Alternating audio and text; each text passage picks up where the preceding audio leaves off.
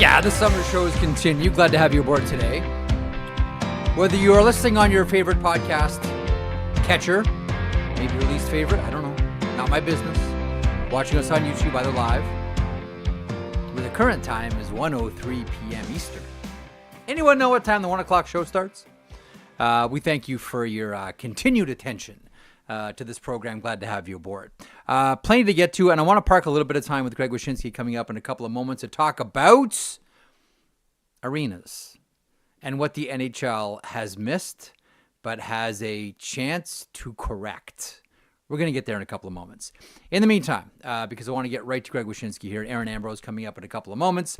Daily outline of today's show is always brought to you and powered by FanDuel. Make every moment more with North America's #1 sportsbook, FanDuel. And as I mentioned, Greg Wyshynski from ESPN, who, by the way, are now snuggled all up nice and close with the WWE. I'm sure that's going to come up with Greg Wyshynski here coming up in a couple of moments.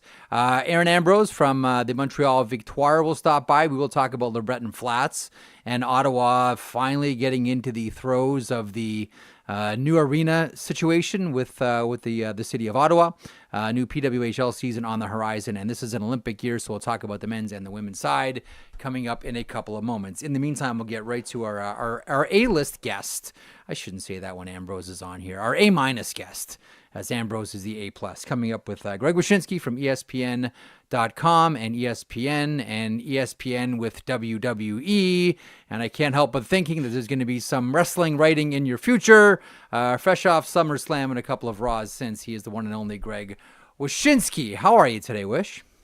Her name even starts with A. And I know, it's Ambrose. My God. I know. She was all the way in the front. She was all the way in the front of the homeroom, whilst I was always in the back with Dana Westrow and Holly Ziegler, always in the back. I should mention I went to my high school reunion recently, by the way. And I never went to mine. How did yours work out? Small, not awkward in the sense. There's an interesting thing that's happened in high school reunions as you get older. Yeah, because I had a friend tell me this. Okay. Which is that the people that disliked you or like bullied you in high school are now just so happy that you're there and alive that everyone's friends. It's like old rivalries go by the wayside. It was fun. There was a few people that actually like listened to the pod back in the day and nice. Followed the career and such. But nice. Yeah, it was good to get back. No, so the arena thing you were going to mention about Ottawa, got me thinking. You said what the NHL has missed on arenas. Let's chronicle a brief list of what the NHL has missed on arenas. First of all, every arena should have. Every arena should have a speakeasy. UBS Arena on Long Island, when they opened it up, they created a speakeasy, and you had to, in theory, know the password to get through this nondescript door on the 100 level to get into the speakeasy. Now, two problems. Doesn't Florida have that? I don't know if they do or they don't. I remember Tampa for a while had a cigar bar, which is dope. But that was it. Tampa had the cigar bar. That's right. Here's the issue with the speakeasy. The speakeasy, one issue was that they didn't tell anybody about it, which I know is in keeping in the spirit of a speakeasy. But the problem is that you walked inside and nobody was there, so it kind of becomes a little bit lame. The whole idea is that it's not for everybody, or else you'd have 18,000 people banging on the door. That's the whole concept here, Wish. Well, the problem was that so many people didn't know it was there that they eventually just opened the door and let everybody in. So there was no need for a password anymore. It was too exclusive. It's like the old joke about how many hipsters does it take to change a light bulb? It's kind of a rare number. You probably never heard of it. Yeah. So as I said to the Islanders when they opened the arena, I'm like, first of all, you've got to make the password Milbury, because that'd be amazing. And second of all, the other thing about it too that was kind of problematic was that's really good. They didn't have a TV inside the speakeasy, which again, I understand. You're trying to keep it in the speakeasy vibe. You're trying to keep it in the we're making gin in the bathtub vibe. But if you're at a hockey game, for God's sakes, I want to watch hockey. Keep tabs on the game. There are some exclusive clubs like that make you actually check your phone at the door. so there can be no evidence of any of it. Like the older I get, the more I'm down with that. You know what I'm turning into, Greg? I'm turning into the opposite of Cheers. I want to go where nobody knows my name. That is like heaven to me. I don't want like the Cheers, like, oh, I want to go where everyone knows. No. I want the opposite of that. Oh yeah. I've been watching a lot of Mad Men reruns this summer on AMC. Yeah. And I got a real predilection for dark woods and martinis right now. So I think I'm speaking your language. The second thing that arenas don't have is personality. I think there is a certain cookie cutterness. That's one of the reasons I like the Islanders arena so much. They had the brick on the outside. They've got an entire section in the end zone of the arena where the fans can stand and watch the game while they're having a beer.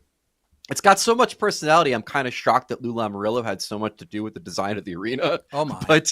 But like, there's too many places that are a little too cookie cutter for me. So hopefully, if we get a new arena, it's got a little bit of personality. Look, man, like I lived it like in Toronto when they built Sky Dome, and it's just like a big concrete slab, and still is. It's just a big, boring, generic slab of concrete.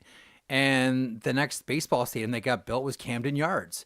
And I remember watching Orioles games going like, I'm like, whoa, could we like, why couldn't we have that here for our baseball team? We probably have enough people in the audience that remember when Camden Yards opened. For the youngins that are tuning in, though, it was as game changing a moment in sports as you could imagine. Like all of the stadia that came after that, be it the park in Philly or Nat Stadium, like all of the stuff that came after it was so directly inspired by what they did, the throwback that was Camden Yards at the time, that it was just incredible. The third thing I want to see in more NHL arenas, and I think this obviously has to do with our friends in the NBA partnering up and making these arenas better than they are.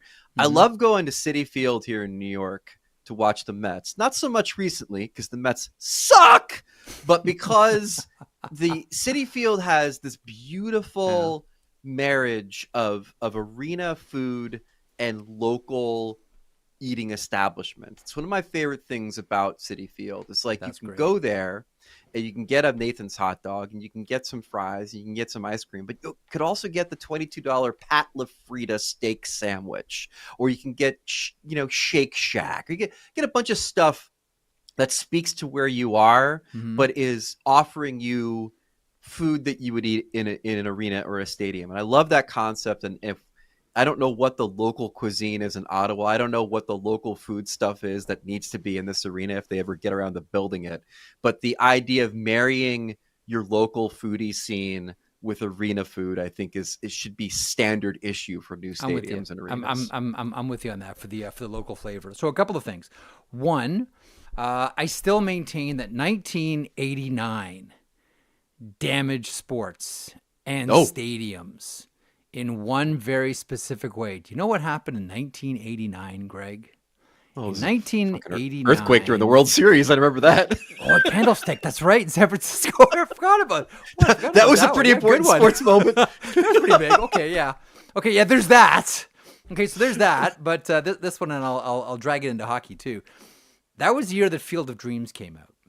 And that was the year that the mantra, if you build it, they will come, rang from sports fan to sports fan, from venue to venue, be it hockey rink, be it baseball stadium, et cetera, and everybody just went for the cheap real estate play. They will come. Don't worry. They will build it. Just build it and they will come. And as we've now realized, if you build it, they won't come. It has to be what they didn't realize is that for you to go. They came because it was a baseball stadium in the middle of a cornfield. That was part of the appeal, was that it was in the middle of a cornstead. It wasn't simply just building it. Yes. You also had to make it interesting. You also had to make it unique. You had to make it a place people wanted to go. Yeah. Instead, there was a flood of stadiums and arenas that were built where nobody wanted to go, and it became a real hassle. And the idea of like spontaneously going to a hockey game vanished. The idea that, hey, want to go to the game tonight? It's 4:30. Think we can get seats? I don't know. Let's find out. Vanished because you had to plan everything. But that's not where I want to go with this Ottawa thing. So with the Ottawa Senators and the LeBreton Flats deal, this whole situation, which look, it's finally gonna happen. We've known it's gonna happen going back to the late Eugene Melnyk, but it's finally been put together here.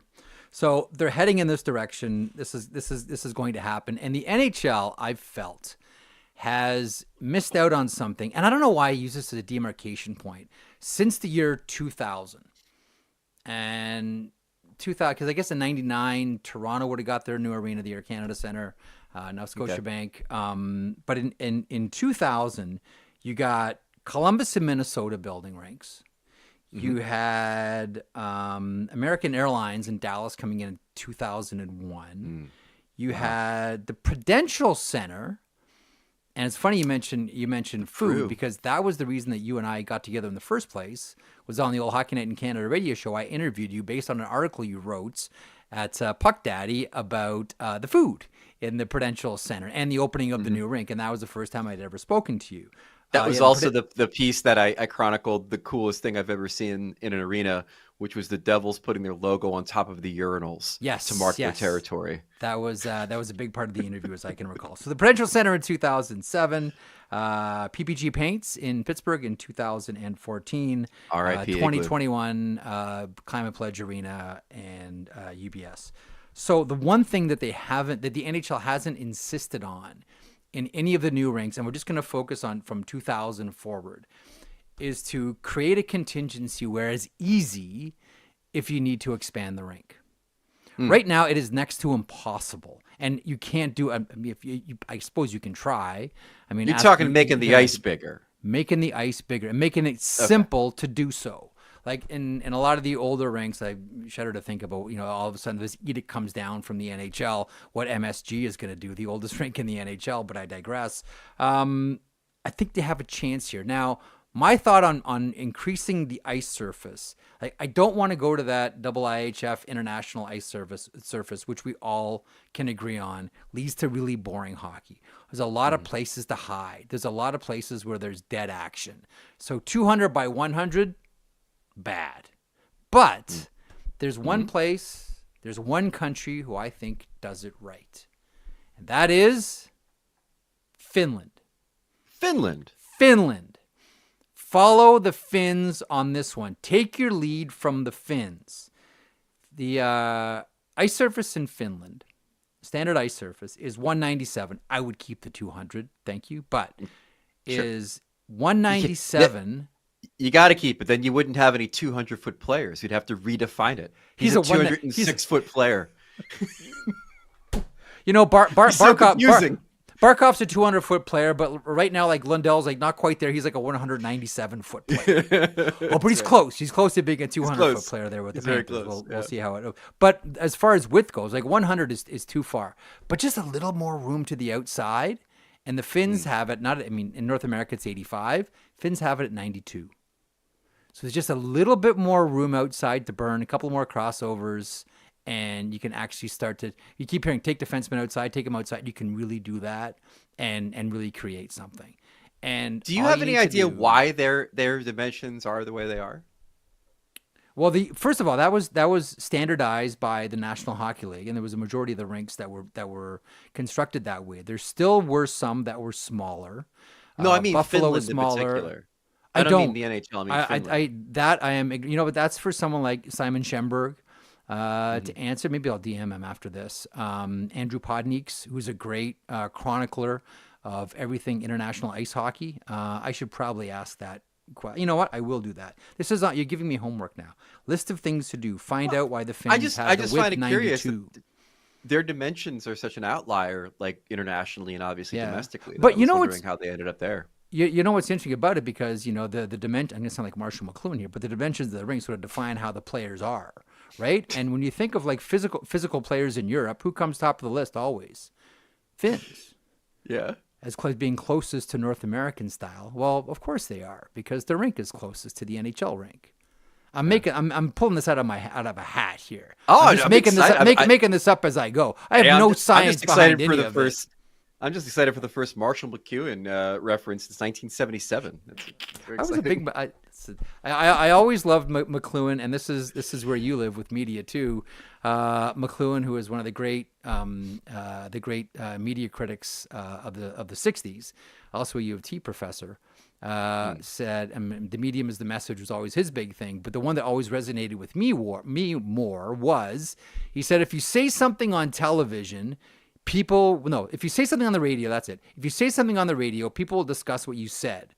If you say the same thing on television, they'll discuss the color of your tie.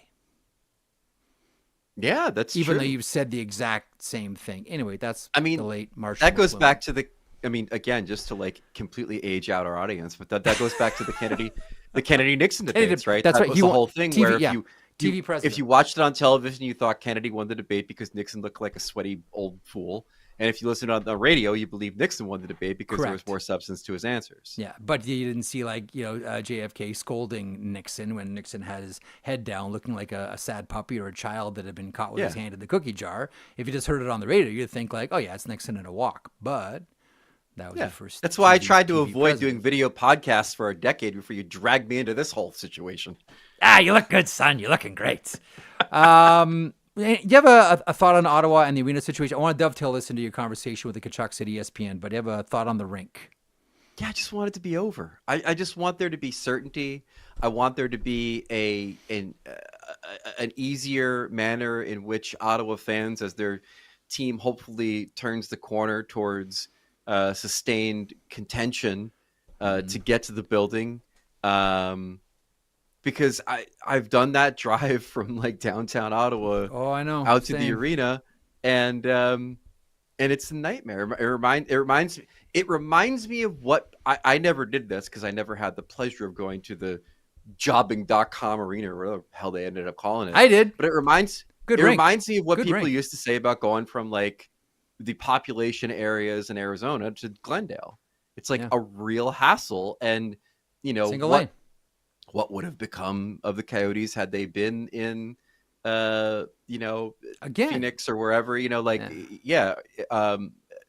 I feel the same thing about Ottawa as far as an inability to really break through. And again, like this is one of those deals where the arena drama has been inherent for this franchise for the better part of 15 years, it feels like. Oh, yeah. So just to see the saga end would be great. It would. Thank you to Michael Andlauer for finally bringing this to a conclusion. In the meantime, you interviewed a significant member of the Ottawa Senators, their captain. There was one moment that a couple of moments in your piece, and you also interviewed Matthew Tkachuk as well, that I really enjoyed. That guy, and all the issues around him. We'll get there in a couple of seconds, but I really enjoyed, and this is sort of all under the umbrella of the Tkachuks being on the EA Sports NHL 26 cover, along with their proud pappy. And I thought the question of what is it like to play for a Canadian team while competing for an Olympic gold medal for the USA. First of all, why did you ask that question? Like, why was that interesting to you? Well, because, I mean, if we're getting into the functionality of an interview, which I would love to talk about, because I rarely toot my own horn, but I do think I'm a good interviewer insofar as being prepared for interviews and knowing the questions I need to get in, knowing what spots I need to get in to put it in a wrestling comments. But I had asked Matthew about the Canadian rivalry, knowing that Matthew would probably give me the best answer on the Canadian rivalry. And as a follow-up, I was curious for Brady. I mean, you have now become a legend in this country, along with your brother, for beating the shit out of Canadians in the first preliminary game of the Four Nations Faceoff. And so, come the Olympics, that rivalry, which is, as we saw with the women for about, over a decade, is the best thing hockey has going for it right now, will be reignited in Italy. And what is that going to be like, knowing that you're the captain of a Canadian team in the capital of the country, no less, to then now dedicate your life to making that country as miserable as possible over a 2-week period in Italy. And his answer was to be expected, which is that it is a weird dynamic when you all of a sudden have the support of a city and the support of these fans and the support and the love and the adoration of of everybody in Ottawa to all of a sudden becoming public enemy number 2 behind your brother. And so I was definitely curious about that. And I thought his answer was good. So when I read it, this is just a little peek inside my melon here. You know where my brain went? Where? Patrick OSullivan. Oh, why is that? Because in 2004, so he was playing junior hockey for the Mississauga Ice Dogs. Okay, and that junior tournament, as you will well recall, was a moment where Marc-Andre Fleury shot the puck off of Braden Coburn, went in the net, and Patrick OSullivan was credited for the tournament winning goal. USA over Canada. I think it was a 4-3 final. Just crushing. And so the following week, Sullivan comes back to Mississauga, and I used to go to all the Ice Dogs games. And I can recall they were going to do a big celebration, congratulate Mississauga Ice Dog Patrick OSullivan for winning gold. And he got booed. And part of me wonders, and I never asked Patrick this, I probably should have, what that moment was like for him, like going out on, I shouldn't say overwhelmingly, but like a couple of like very polite Canadian hockey fans who seal clapped for him, and that's great. But there was like boos for Patrick OSullivan, who was one of their own, but had the nerve to be standing there when Marc-Andre Fleury bounced it off, and I think it was like the shoulder too of Braden Coburn, if I can recall. He really launched this thing, and it went in, and it got me to wondering if/when it happens that USA beats Canada for a major, whether it's Four Nations, whether it's Olympics. What happens when he goes back to Ottawa? Do they do the congratulations moment? And if so, how is that received? Hey, same question for Kyle Connor and Connor Hellebuck. Same question for Austin Matthews. Kyle Connor be playing on the Detroit Red Wings by then. Ooh, hot take. But we've talked about it for years, the number of young stars that play in Canada, and in particular the number of young American stars that play in Canada. And so Brady wouldn't be alone if they end up winning gold in Italy, as far as like what the reception is going to be, and if it's even mentioned, or if there's even a moment of recognition for these, TV especially if they beat Canada in the final. TV timeout. Oh my God, can you imagine? Well, I'll tell you what. So the other thing that I found of particular interest in your piece was Matthew Tkachuk saying that the one player for the Florida Panthers that he definitely thought was coming back was Aaron Ekblad. Yeah. And I'll be honest with you, I thought he was like the most likely to leave. And I think we all did when they made the move for Seth Jones. Like, it very much did have a St. Louis Blues have just made a trade with the Carolina Hurricanes and are bringing in Justin Falk as Alex Pietrangelo insurance. I think we all said the same thing about Seth Jones. I would have thought that Ekblad would have been like the last one and the most certain to go to like Detroit. I thought he was going to go to Utah if he went anywhere. But did that one catch you off guard? Because I was kind of surprised at that. I thought for sure it was going to be like, yeah, most likely to go is going to be Aaron Ekblad to try to keep the two forwards. Yeah, he said two things that I thought were interesting. First of all, he said what I think we were all believing, which is that when they made the Marchand trade at the trade deadline, he's like, there's no way we're going to keep all three of these guys, once that happened. But he said something in relation to Marchand that I think is definitely pertinent to Ekblad, which is that once you know a guy and you get to understand what his goals are, where he's comfortable, where he wants to live, what his situation is like, you kind of get a sense of where they want to play and what their priorities are. And so I think he was simply saying that Ekblad being, the longest tenured Panther, I believe, based on draft year, and having a really good situation and living there and being a part of the community and having his family be part of the Panthers family, and being in a really good situation insofar as who his defensive partner is and everything else, that he was pretty confident. And I'm reading between the lines, confident that whatever Bill Zito could gin up money-wise, Ekblad was probably going to take. So that I agree with you. I was a little bit surprised to see him have so much certainty about him staying, considering what the market was going to be for a defenseman like that. But apparently he was pretty convinced. Now, sorry. Yeah, go ahead. No, please continue your thought. Well, I was gonna move it on to the CBA and the the great job comment. The great job comment. The thing I wanted to mention also about the interview, because this is the part I was fascinated by. It didn't make the cut for my Q&A because it was included in a story that came out today. Mm-hmm. It's a story about how fans who lose money betting. Oh, I saw that today. Reaching out to pro athletes to get them to Venmo money to them to cover their losses. Now, this is something that had come up, I think, in an athletic player survey earlier this year. It's clearly been a trend story. We covered it today on ESPN.com. I talked to Brady Tkachuk about it, and he said two things. First of all, he said it happened so much, in particular on shot props, that he had to change his Venmo handle that he's had since like college because so many people were finding him and so many people were reaching out to him. But the thing that I found most fascinating about it, Marek, was like there's a clear crossing of the line here from any fan asking a professional athlete, even in a joking manner, to cover their losses. Like it is beyond the pale. It's stalkery. It's not cool.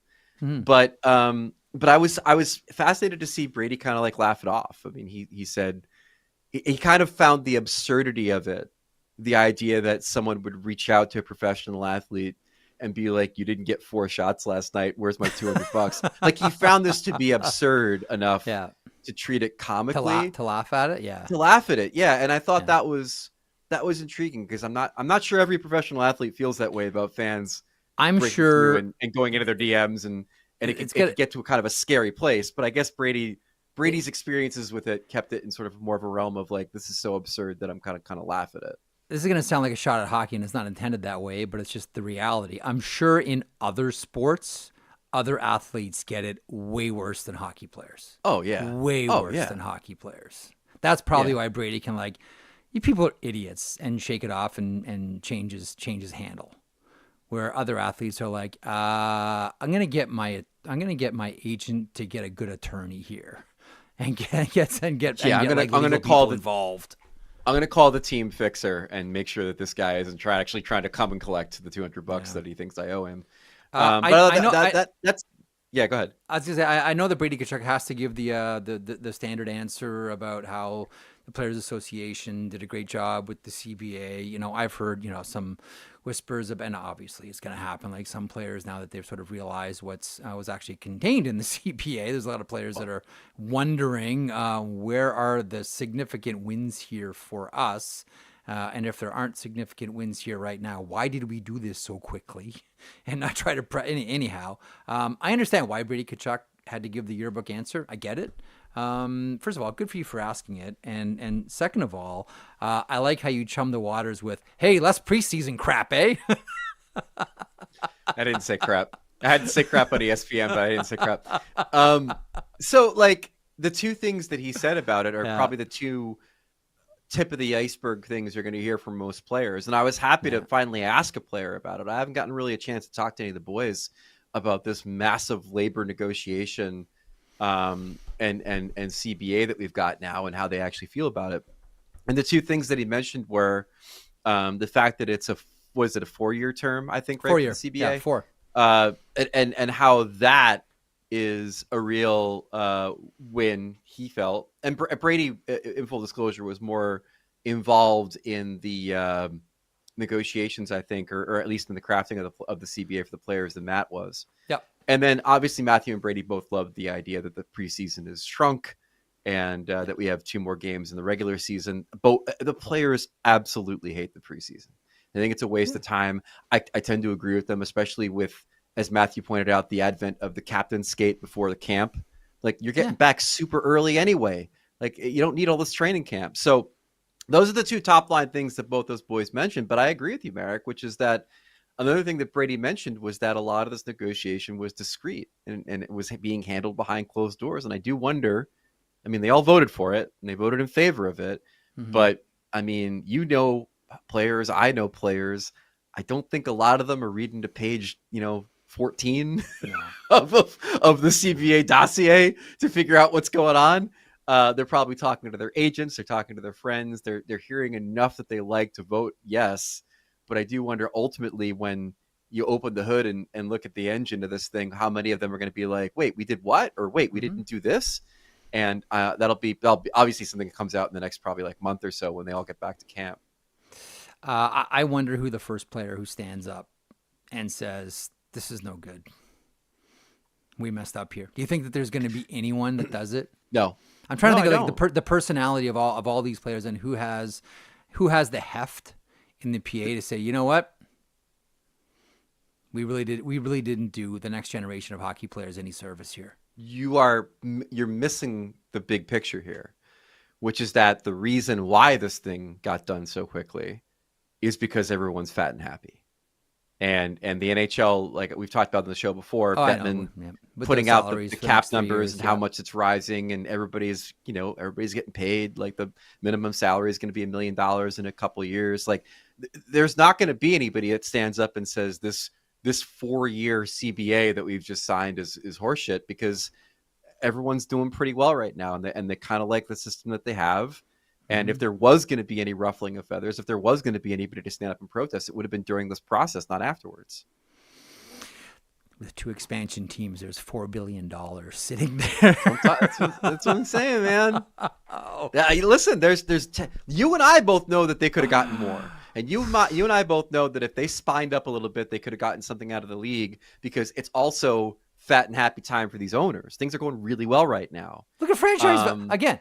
The number one, I keep saying, number one job that Gary Bettman has always had is franchise value. Right. Now he goes to market. Here's labor piece. Here's our price tag. And it's only going to get more expensive. Do you want in now, or do you want in tomorrow when it's even more expensive? Yeah. But again, like when things are going well for both sides, the players do have a scintilla of leverage to be like, give us this or lock us out, sweeties, and derail this money train that we're all on. And there was no reason for them to do it, I don't think, materially, but they could have if they felt passionately about some of the things they didn't get in the CBA. But obviously, like I said, I agree with your premise that there's probably somebody out there rumbling and grumbling, but they're probably just doing it to Marty Walsh. There is. But they're only going to do it to Marty Walsh and Ron Hainsey or their agent. They're not going to do it to me or you, probably. I don't think. They're not going to do it publicly whatsoever. They will grumble amongst themselves, and then they'll be the united front. Everything's great. We got what we wanted. We're really happy. Let's drop the puck. There you go. Somewhere Bob Goodenow looks at this and just shakes his head. Or Chris Chelios. That was a bad one. Even I was like, ooh, I don't know that you should have gone there. I don't know about that one. Yeah. But again, like it's hard to really imagine any of these guys knuckling up and being like, let's go to the mattresses over the CBA when the cap is going to be like at $120 million in like 4 years or whatever it is. Anything else you want to get to? Oh, I know you wanted to talk. I want to get a quick thought from you. I sent you a note about SummerSlam, but you wanted to point out something about wrestling media and hockey media. So I went to SummerSlam as a credentialed member of the wrestling media. I've done it before for AEW shows, but they kind of just sit you in the stands. This was like in the press box at MetLife, where you'd watch the Jets lose or the Giants lose, or the outdoor games. No. And the fascinating thing about it, I wrote a bit about it on the Puck Soup Patreon if anybody wants to read it. But the fascinating thing about it was to see how different the experience was for the wrestling media than it is for the hockey media. Insofar as there are no assigned seats. When you're at a hockey game, everyone knows exactly where to sit, but no one starts throwing punches about who gets to sit at center ice. And the wrestling SummerSlam, maybe it was because there weren't as many people covering it. You just sat wherever. They don't give you any shit during it. Like there's no like stats or even a sheet of what the card looks like, match times, anything. Yeah. There's not a whole lot of interaction with the PR staff that's there. You're just kind of watching and observing.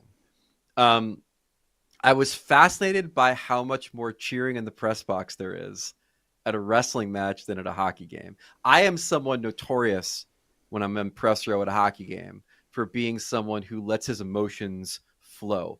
I ain't talking rooting for the Devils, all you people in the chat. I'm talking about if there's an exciting play, I'm going to like react to it. I'm there. I want to feel the visceral thrill of being at an NHL game. He sure to Hughes.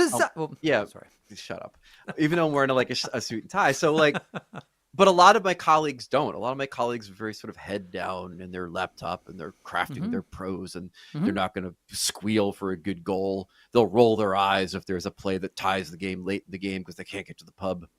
And so like in the wrestling press box, like being in a wrestling press box for a ladder match, a tables, ladders, and chairs match, and just seeing everybody around you just like covering their mouths and losing their minds about the spots in the match and freely talking about whether, is tonight the night Cody Rhodes turns heel and just having these wild discussions. Like it was such a different vibe than the sort of more, it made being in a hockey press box feel like you're in a monastery.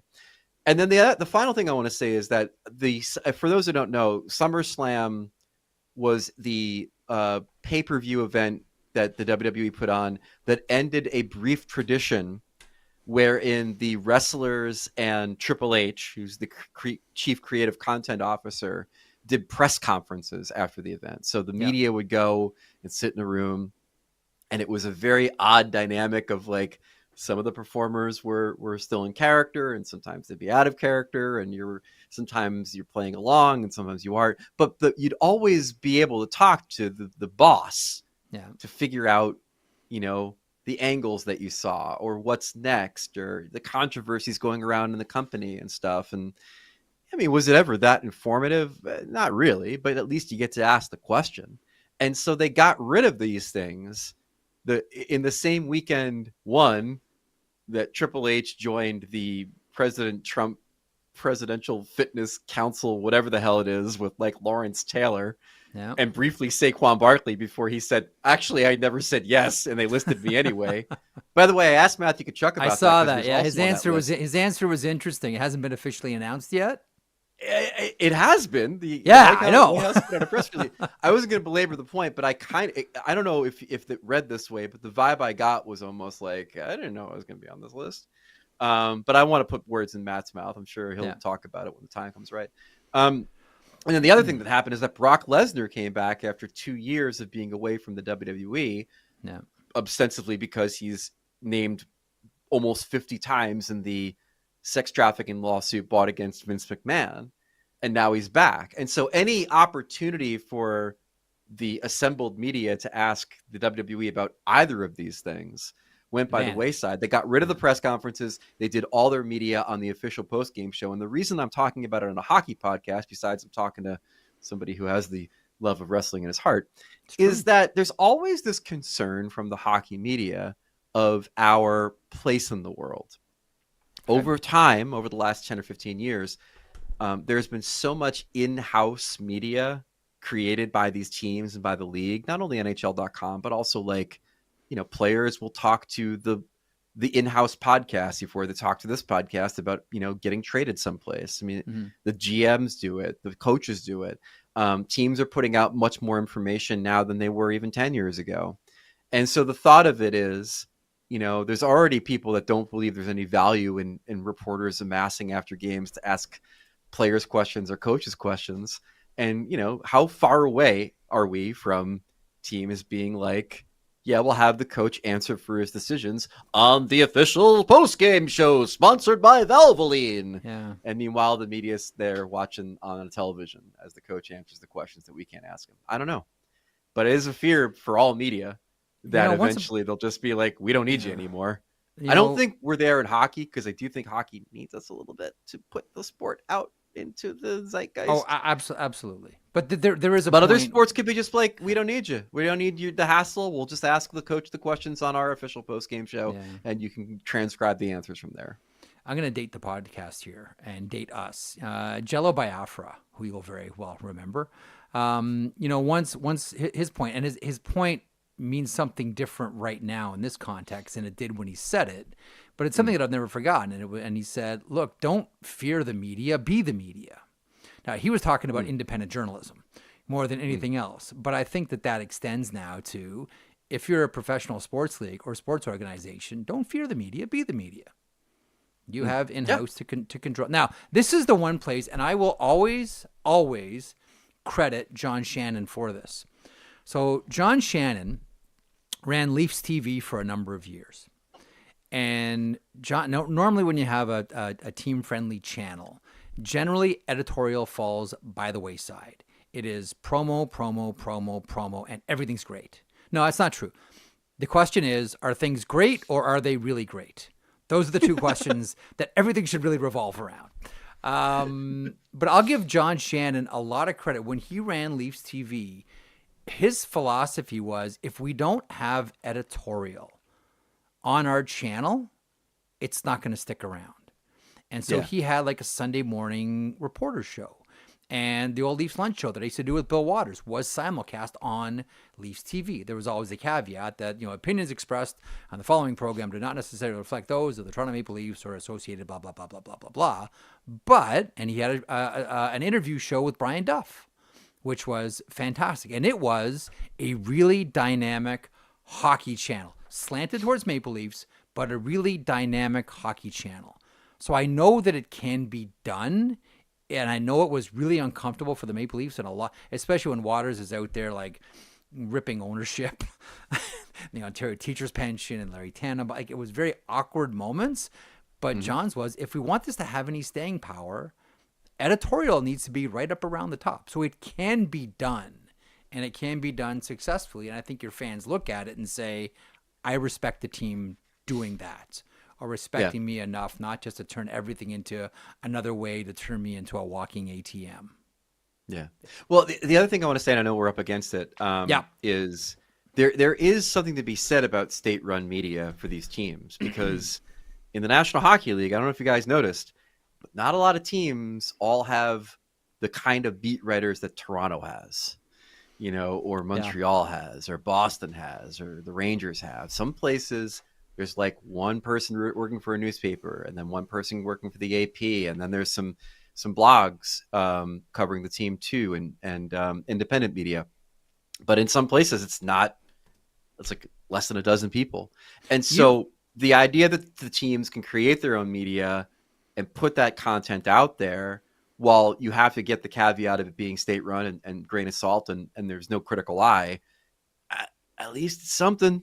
Like, at least it's something that the fans can chew on and see and hear at a time when media is pulling back. I mean, The Athletic doesn't have a beat writer for every NHL team. It hasn't had it for a few seasons now. Yeah. And sometimes that's the best you can do under the circumstances of the economics of the news industry and who's covering hockey these days. Well, you remember the great Joe Thornton story when he got traded from the Boston Bruins to the San Jose Sharks. After his first skate, he said, like, oh, where's the media? And someone said, he's over there. I think they were referring to Dave Pollock, who was always one of my favorite people to deal with. Too. I just loved it. I think you did too. Just a great guy. I'll never forget the story. Where's the media? He's over there. And like, San Jose is a great example. It's like the Mercury News, it's Sheng Peng, it's the AP, and then ain't much beyond that. And yeah, I mean, there are certain places in the NHL right now that are really reliant on the content being generated by teams. So I'm not trying to demonize that trend, but I mean, there is a delicate dance that goes on between the media and the state-run media, and it's been like that for years. And we're getting to a point, like at the WWE just showed, where there might be some places that are just like, we're going to cut out the middleman because we want to control the message. Quick thought before I get to Ambrose here. Best part about SummerSlam for you was Punk and Gunther. Punk and Gunther was a lot of fun. That was incredible. Yeah, that was an incredible match. I will veer towards the TLC match. I thought that honored the tradition of that match. It had some real fun high spots. And seeing one live, I don't think I ever saw one live, was a real kick. I remember trying to think of like the last time I was as working media at then it would have been still probably WWF. No, it was still was it WWE then? I can't recall. I remember being yelled at by someone from the company for a show I did where I ran down all the lies in Hulk Hogan's book. I spent like an hour doing it. That was the other thing. Hogan just died, and we didn't get to ask anybody about Hogan dying. The last thing I'll say is on the way up to the press box, I received one of my favorite PR emails I've ever received. It was from the WWE. It was an email that read, "For those of you that are covering SummerSlam Night 2 in the press box, please be advised that you are not allowed to eat the wrestlers' food." Catering was on the same floor as the press box. The media food was down the hallway, and there was a giant room filled with every food you could possibly imagine. There are wrestlers, and there was a wrestler who literally was put through a ladder later on that day that was eating a crumb cake. And I was watching her eat it, and today we got an email that, "Do not eat the wrestlers' food, you dumb bastards that were allowing to watch this from the press box." Let me close with what I thought was my favorite, albeit maybe a little bit distasteful, tweet that I saw. You mentioned the Hogan passing. So Hogan dies 2 days after Ozzy. Okay? And someone, I don't know who it was, great tweet. "Wow, Hogan couldn't even let Ozzy keep his heat for 2 days." See, I'll see your hand and raise you. It was a photo of the Hogan funeral and a photo of the coffin. And someone saying, "Wow, I'm surprised they didn't cremate him because Hogan would never allow himself to be buried like that."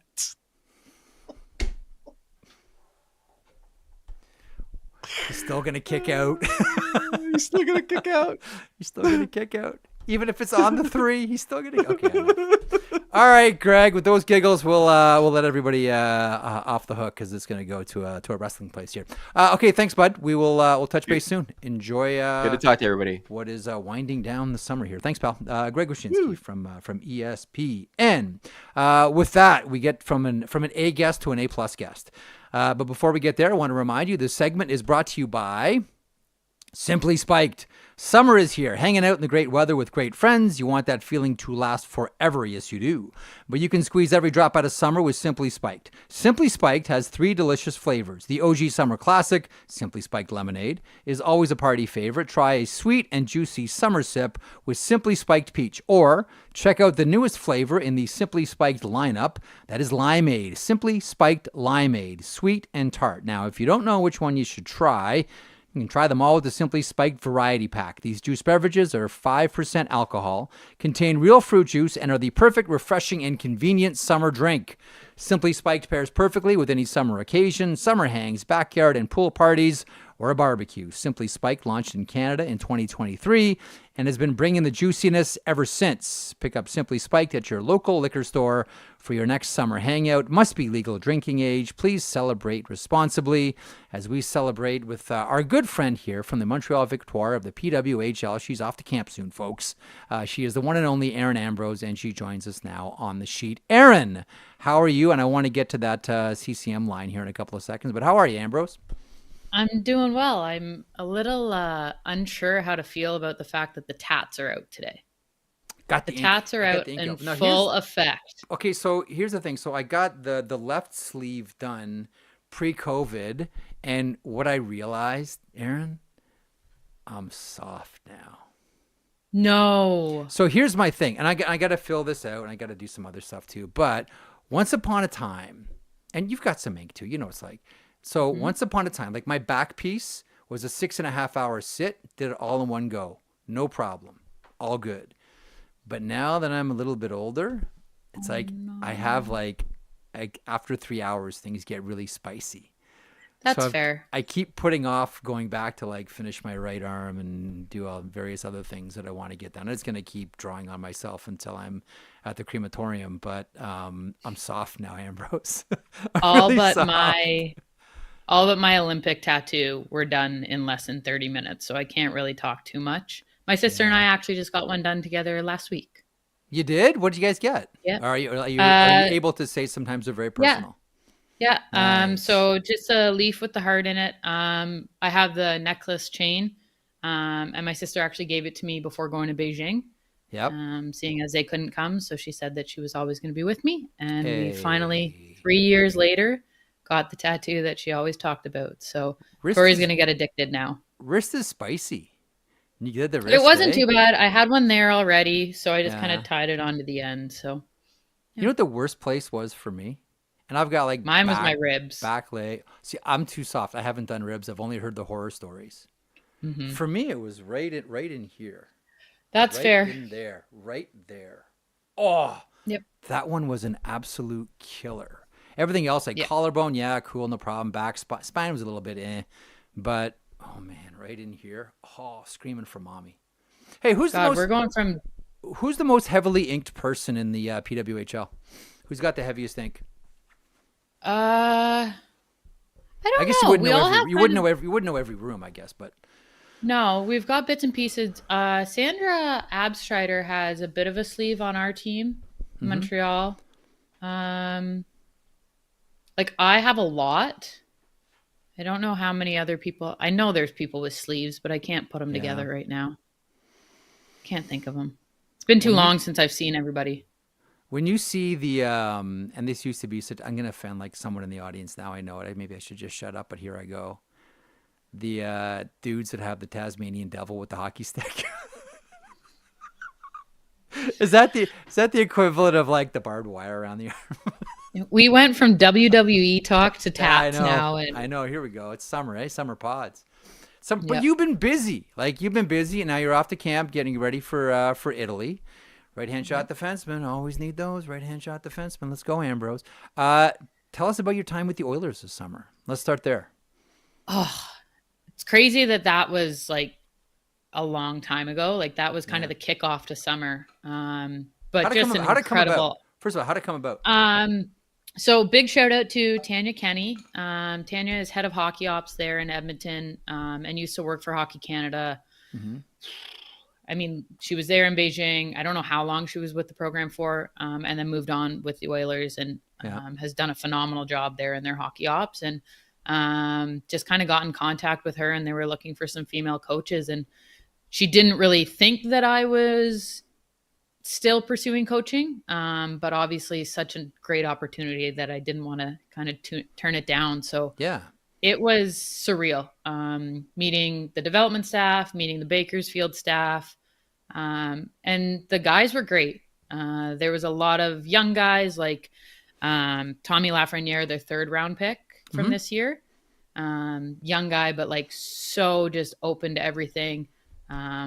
And not that you can pick favorites, but Josh Szymanski played for Germany at the World Championship. And Josh was like, he was giving me a hard time, but he was great. And I just like, those two guys really stuck out. Obviously OReilly skill-wise. And then a couple of days later, bye-bye. I got flipped. Yep. So just a really cool thing to be around that organization. And we've got some opportunities, hopefully the PW went there last year, and I know how great it was for the girls there. So hoping that can get some more games in. Pause that for a second. And first of all, Sam OReilly is going to be a really good, for those that know him, plays the London Knights.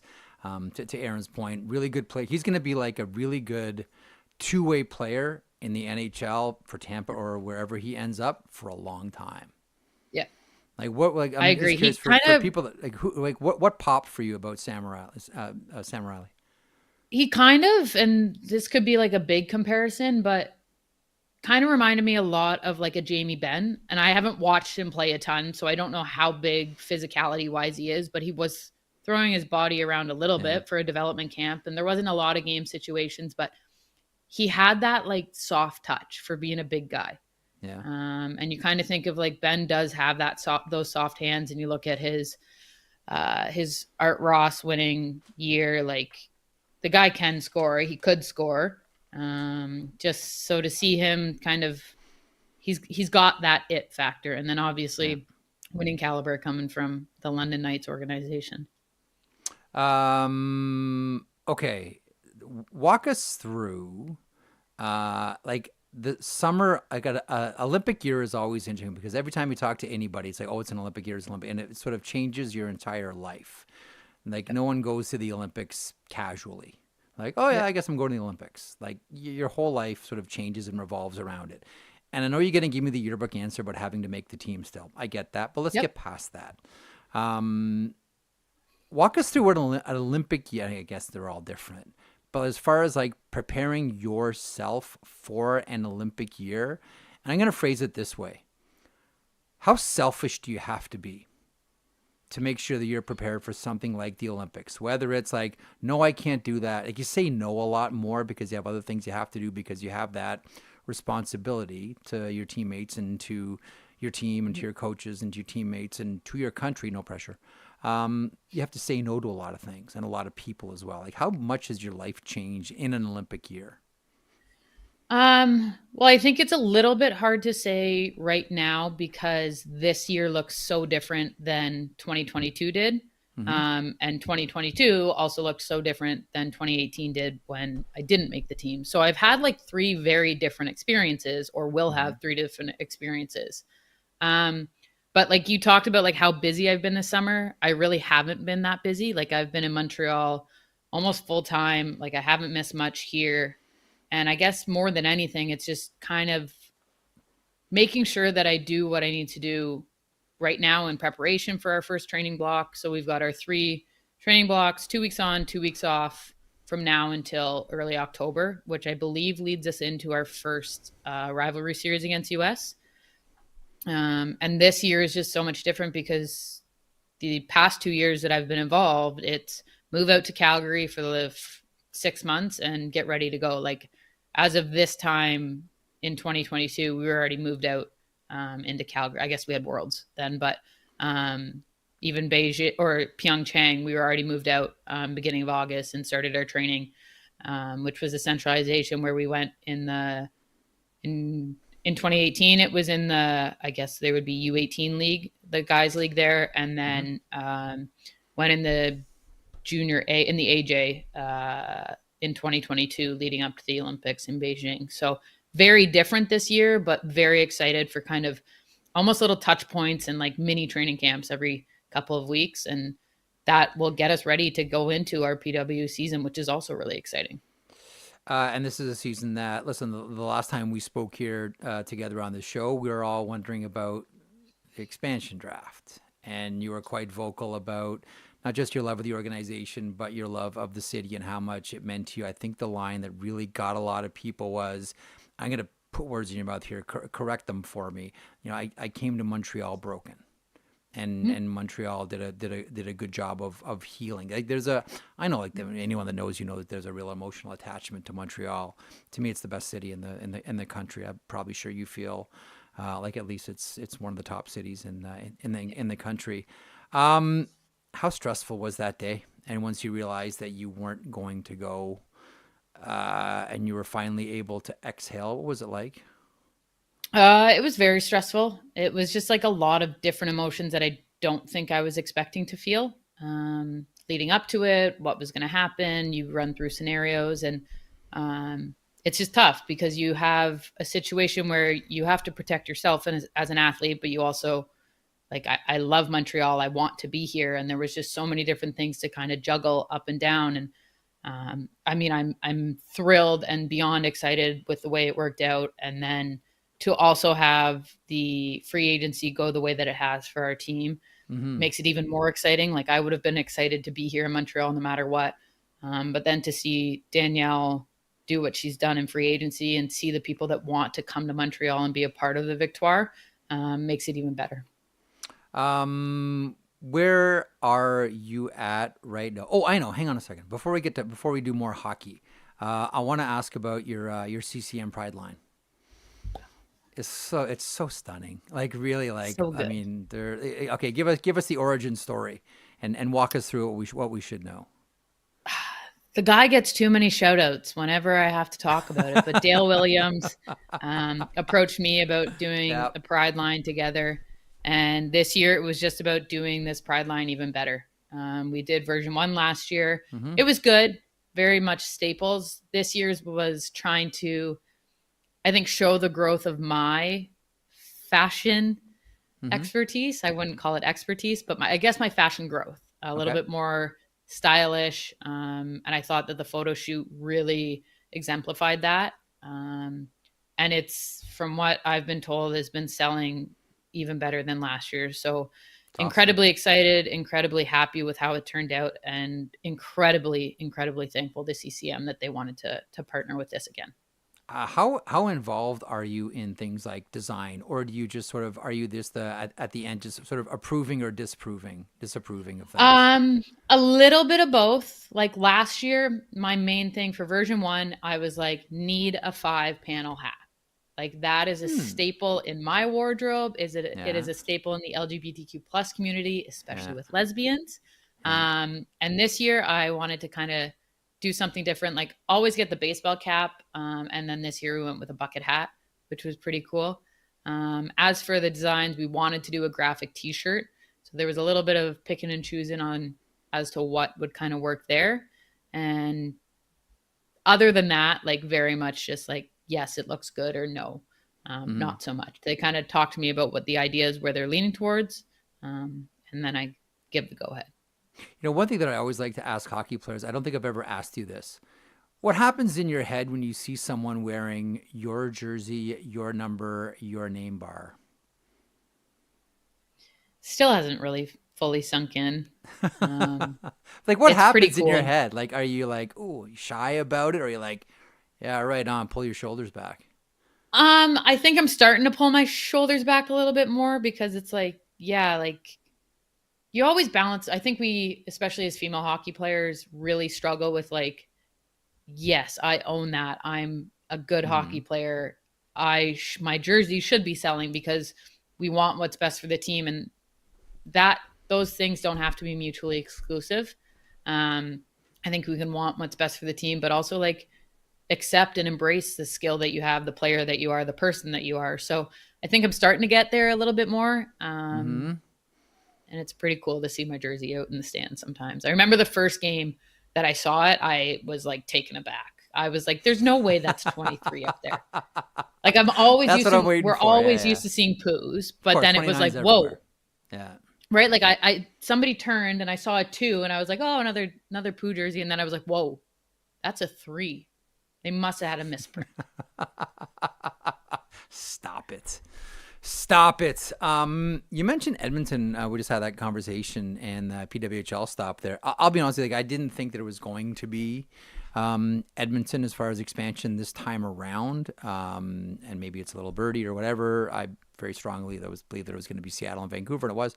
But Edmonton looks like a strong candidate here, like a really strong candidate, and it's in a very important time zone for this league, as this league looks to grow, not just to be like what, as misnamed as it may be, the original 6 was in the NHL. Yep. Like this is a league where time zones are very important for, things like TV contracts, for example. Yep. How much of the conversation do you guys have around Edmonton as a potential destination? I think Denver's still very much in the conversation too. I mean, when we do have conversations, it's amongst us as a group. I think one of the cool things is kind of that after this past takeover tour season was like talking to all of our national team teammates about like, hey, what did you enjoy? Where did you enjoy most? Like what? Yeah. And I know Edmonton was a big one for obviously Sarah Dackney, Mashmeyer, like from being out there, but sure, everybody else was also blown away by it. The support, I think you saw just a huge turnout in Edmonton. And that's something that's pretty special anywhere you go, no matter if it's in Canada or the US. When you have a huge turnout, like you kind of get a little bit more excited that place could be a possibility for this league. I agree with you. I think that you don't always think about it as an athlete, but like the time zones, the TV deals that could come about are things that are really exciting. And again, we don't really think about it right away, but when somebody like Jeff Marek talks about, oh, this would be something that you would have to consider and look at, then you kind of start to think about it and you're like, yeah, that does make a lot of sense. And obviously Vancouver and Seattle are going to be great. We were lucky enough to play in both those markets last year. Yep. And I'm excited to get to go back. You guys were the test team. Like yeah, Montreal, we had a big swing. So it was hopefully I'll be intrigued to see if we go back to any places again this year, if it's all new places or if we're going to be making some return stops at some of the places that were successful. For sure. Before you came on, Greg and I were talking about media. And I heard you. Yeah. Okay. So here's where I want to take this with you. One of my favorite podcasts is Jocks and Jills. I love Julia. I love Tessa. Just sort of wonderful people. Do you have a thought on, and do you have a sort of like an idea of, well, first of all, everybody listens to it. Second of all, your thoughts on the Jocks and Jills podcast. I always like to promote other people's pods wherever I go. And this is one of my favorites, like just dynamic personalities. And I'm never not laughing when I either watch them on clips on Instagram or see them. Like I'm always just two people that whenever you see them, you're automatically in a good mood. Though the reel yesterday for the Barbies was phenomenal. That was hilarious, by the way. The wake ups and the running. Yeah, I saw. That's great. I love them. I know as a player, you're told not to kind of listen to different things, but with Julia and Tessa, that's no way. What? Come on. You're told not to. I definitely do. I'm an avid listener. Everybody does. I always say this. If I told you that there was a program designed just for you doing your job, how many people are going to say, I'm not going to listen to that? Like, stop. Everybody stop. And I'm not going to lie. Sometimes I get to find out different things about different teams that maybe I didn't know right away. Sure. But I think Julia and Tess do a great job. I think it's so good for our fan base to have like one place to really hone in on and get all the information that they're given. I love that they went to 2 episodes a week last year. And I just think they continue to build. I loved what they did post games in the playoffs with somebody live after the games, starting to get a little bit more interaction. And I think that it's just going to continue to grow for them. But I heard Wish when he was talking about like different places, different locations don't have the same media availability that Toronto and Montreal has. Yep. And I think for us, it's very similar. Like you look at like our practices, we have 5 to 10 media members almost every practice. And then you have other places that don't have that same reach. And I was just thinking that like similar to what you were saying with San Jose, like I don't know if that's ever the case in other rinks. Like we always have some sort of press conference after, but I do really think that the media outlets and being able to get stories, to get even just sound bites out there is huge for our league and huge for us as players to see our faces, to hear our voices and get to know us as athletes. Every show is a clip show now. This is a clip show. Yep. Like it's just like, and I'm sort of late to the dance on it because I've always done like long form stuff that hasn't always been chopped up specifically in audio, but like everything's a clip show. And I think the more that you can be cranking that out, I think the better off you are.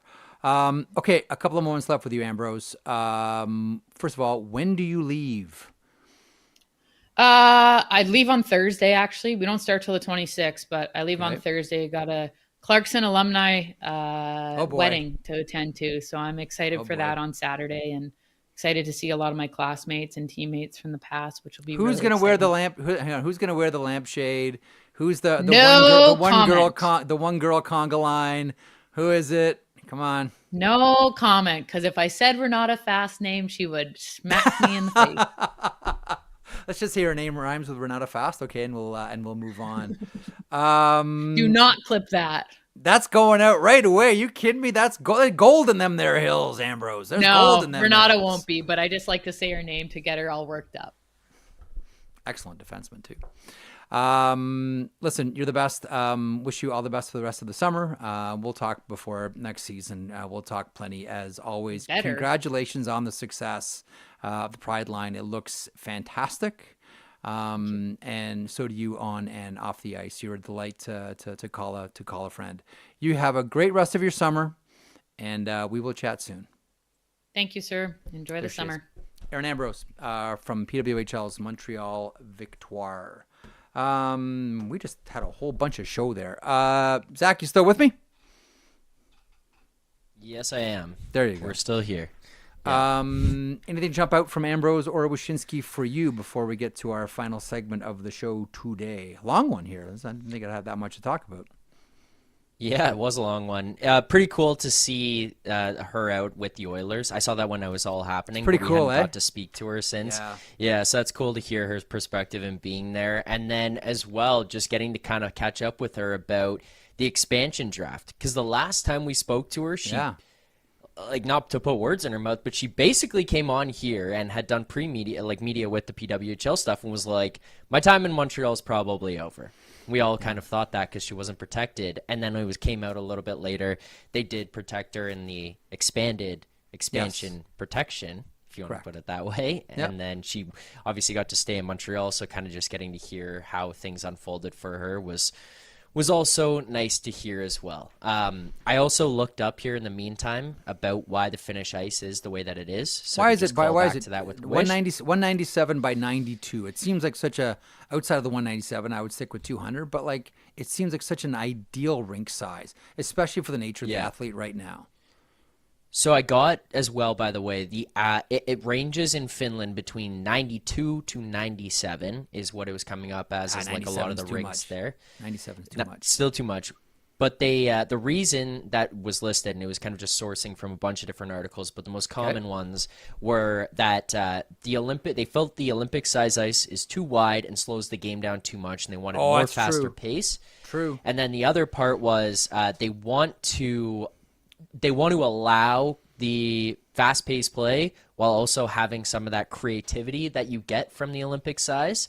Yeah. So they expanded it a little bit, but they kept it tighter to the NHL size to prepare Finnish players more for the NHL to take that next step rather than making the leap from Olympic to NHL. So they kind of tried to keep it as a middle ground so that even the Finnish players who stay playing in Finland can also stay ready for the IAHF because it's not too far of a jump from one side to the other.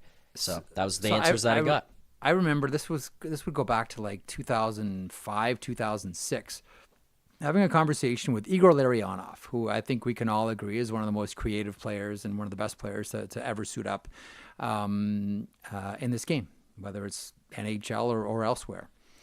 Part of the great KLM line. Krutov, Larionov, Makarov. Oh, God, what a line. Anyhow, I said in the interview, what do you favor, the IIHF 200 by 100 International Ice Surface or the NHL's 200 by 85? I fully expected, the professor, and this guy who's one of the most creative players we've ever seen to say that he liked the bigger rink. And he said, I like the smaller rink better. I said, why is that? And he said, I'm in the NHL. I step over the blue line. The minute I step over the blue line, I'm in a position to either create a scoring chance or score. He said, I do the same thing on the big ice surface. I step over the blue line. I still need a GPS to find the net. He goes, I want to step over the blue line and be able to affect something right away. That's why I like it in the NHL. I was told, just based on stereotype, foolish of me, just thought that he was going to say, I like the bigger ice surface. The artist wants the biggest canvas. But no, I was completely wrong. Well, you probably experienced this as well when you were playing men's league, and I'm sure people in the chat could as well. But I've now hit the point where, for me playing, I'm in the middle where there are the older teams or the older guy teams, and then there's also like the guys who are coming in fresh out of university, like I had when they just started. Hate those guys. Hate those guys. I was that guy very recently. Now I hate those guys. But we found, like in the Newmarket League I play in, which out at Magna, there's the Olympic pads and then the regular size pads. You rotate in the weeks. If we play against the younger teams on the Olympic size, it's much better for us.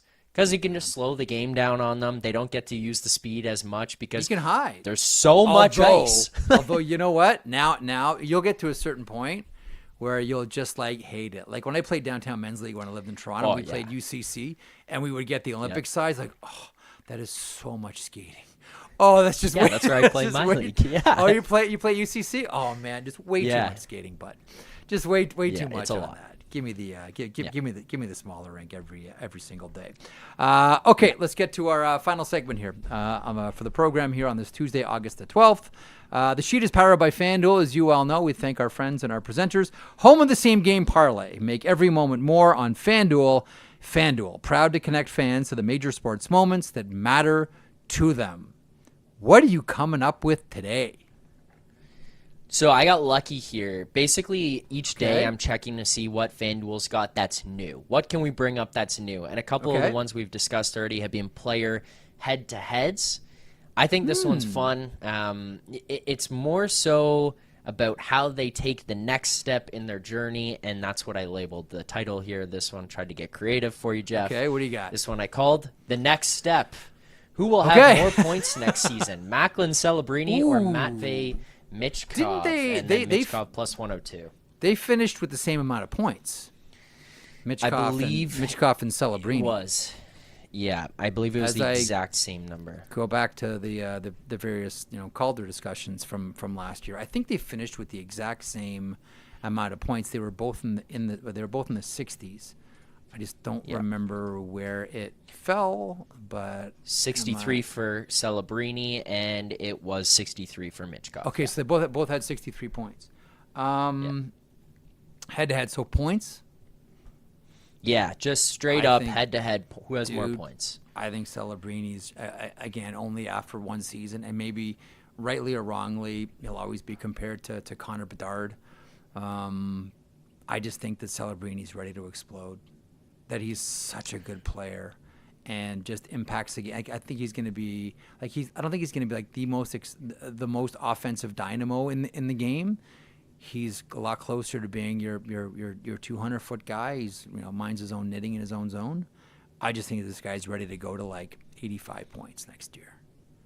85 to 90 points for Celebrini. Not sure that I see that with Michkov, although the power play should be better. I don't know that he's going to be the beneficiary of it. And Celebrini's in that power position in the middle. I'll take Celebrini. I think Celebrini already is ready to have that big pop season. I was texting with Colton Davies the other day, and he was talking about Zach Bolduc and how much he thinks that he's ready to have that big pop in his career.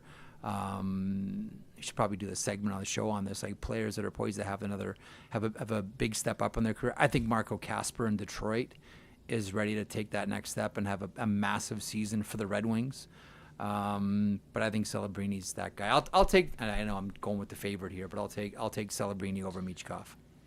What about you? So my pushback, I agree with everything you said pretty much about Celebrini and what he's poised to do. My pushback is just situational, and I would agree with the power play thing, but I kind of wonder if Celebrini is more inclined to have a season like Bedard after his first season, just because of the team around him. I know. And I think, I think San Jose's building in the right direction where they will be really good, but I wonder if there's just kind of that, oh shit, we're all really young. And it's like we have some veteran guys, but it's like, okay, we don't all have those kinds of players that are going to help build as quickly, maybe. Whereas Philadelphia, you got Tocchet there, you've got some of the older veterans. Maybe just a change of scenery for some of those guys, having a new coach, a new voice, all that kind of stuff could help Michkov be in that position to kind of grow with the team. If they experience any improvements of their own, he could just be a beneficiary. Whereas on the other side, I feel like if Celebrini's going to take the jump, which I think he will, but if he's going to take the points jump at this point, rightly or wrongly, I feel like he's going to have to be the driving force to make those points happen for himself. I feel like Michkov could just be like, you're really good, you're taking steps, the team's a little bit better, here's some cookies. Celebrini's going to have to be he's going to have to be setting up the step ladder and climbing up to the top shelf to grab them out of the jar himself, kind of thing. Wow. By the way, I think Philly's going to be a really intriguing team this year. The one player that we all know who's on the team right now, but the one player that I'm curious to see, and I think he makes the team mainly because of Tyson Forster's injury, I think Alex Bump makes this team. And let's see this kid at the next level. And they love him internally. And I think the door is open way wide for this kid. Let's see where Bump gets with the Philadelphia Flyers. That's going to be one of the more interesting teams. I think both Pennsylvania teams are going to be interesting to follow, and we'll probably dedicate more time on their program here coming up soon to talk about the Pittsburgh Penguins and because they seem to be that one team that has some players that are being held in place, and those guys are the obvious ones. But then there's a whole bunch of rebuild going on around them while they're up there. It's almost like, when you see buildings that have a historical designation. So there's parts of the building you can't change, but they just construct everything around those historical parts to try to create a new building altogether. That's the Pittsburgh Penguins. Yes. That's the Pittsburgh Penguins right there. There are a lot of players they've got the big yellow structure. Yes. Holding the walls up while they change everything. Yes, exactly. Inside. Yeah. That's the Penguins. Yes. That's that happened for about 3 years at Queen and Pittsburgh Spadina Penguins. down here, Jeff. So maybe that's not what Penguins fans want to be hearing right now. So the 3 year, it's gonna take a while. It will, but again, I keep coming back. Like, this has been the plan all along. That's why Dubas got a 7-year deal, not a 5-year deal. You can't ask a guy to spin your wheels for 4 years and say, okay, now you can actually do something. Anyhow, I digress. Thanks to everyone who joined, whether you're listening on your various podcast catchers, on your podcast platforms. We thank you. Like and subscribe, as we always say, whether you're watching here on YouTube or you're listening. We thank you for your attention once again to these very infrequent but weekly shows here that we're bringing to you. And by the way, you and I are going on the road up north next week. We'll be gone for an entire week. Are we doing a show from this mystery location where you and I are going? Do we know? Have you been told anything about that? We got to figure some stuff out. We got to figure some stuff out. Yeah. I'm going to bring some pod equipment because I'm going to probably be doing like a bunch of like podcast hits all throughout the week. But sorry to be so vague about all this, but Zach and I are escaping to a mystery location. We're heading north next week. But I think you'll enjoy what we come up with at the end of all of it. Couple notes across the network, by the way, Jeff, just for people out there. Wait a minute before you sign off. Content. Could we do the Nick Bonino thing? Yeah. Let's do it. Okay. Yeah. So I was going to say I'll give you one clip, one promo, and then I'll let you promo Bonino. But we talked a lot about Tkachuk's. Wish came on here, talked about Brady Tkachuk, sitting down interviewing him and getting to talk to him about the Four Nations and stuff. He joined Alberga and Rose Hill on Leafs Morning Take this morning, so you can check that out on the Leafs Nation YouTube channel. And then, as you were just mentioning there, tomorrow, right here on this channel on Morning Cup of Hockey, joining Laz and Colby. Pretty cool one. My favorite goal call of all time. Harner Ryan Singh, Bonino. One of the great calls of all time. Now assistant coach for the Pittsburgh Penguins. One. It's a legendary call. And I was so happy to see Harner Ryan finally meet him too. To seeing that coming together. That was very cool. Here is a clip of something you can see tomorrow on Morning Cup of Hockey, 9 o'clock Eastern on this Daily Faceoff YouTube channel. This is Nick Bonino talking about, I always gush about it, so I love this clip, face-offs. And when he knew he wanted to be a coach. You'll see more of this tomorrow.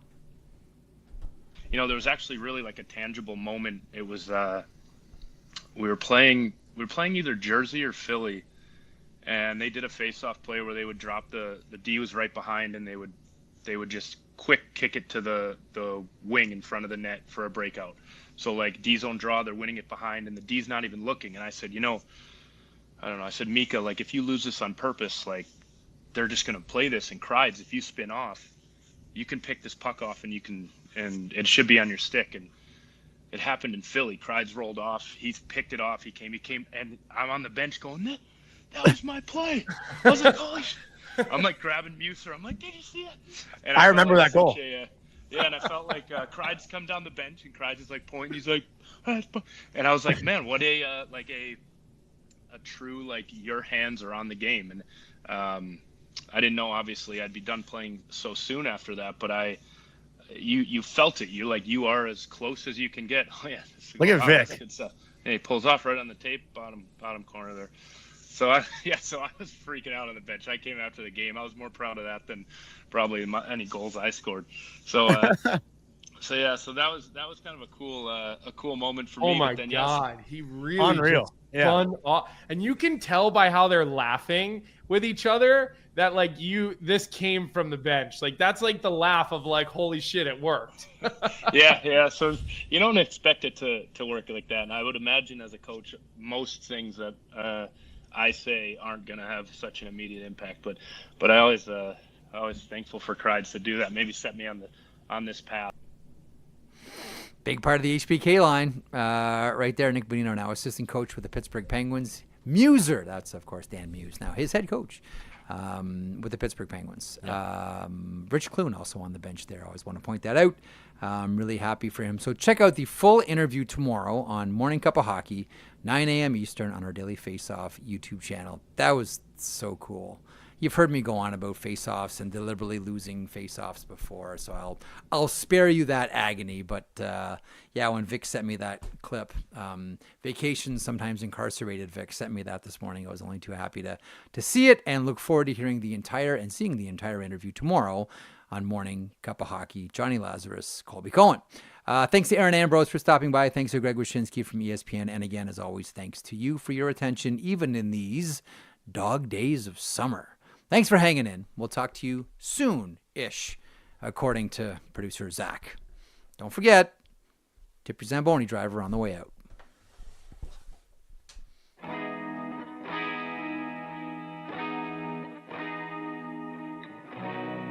If you enjoyed that video, and we certainly hope that you do, please hit the subscribe button right there here at Daily Faceoff. I will put this lineup up against any hockey lineup anywhere. It all gets underway at 9 o'clock Eastern with Morning Cup of Hockey. That is Johnny Lazarus. That is Colby Cohen. Then at noon, it's DFO Live. And then 3 o'clock Eastern, The Sheet. Get caught up on everything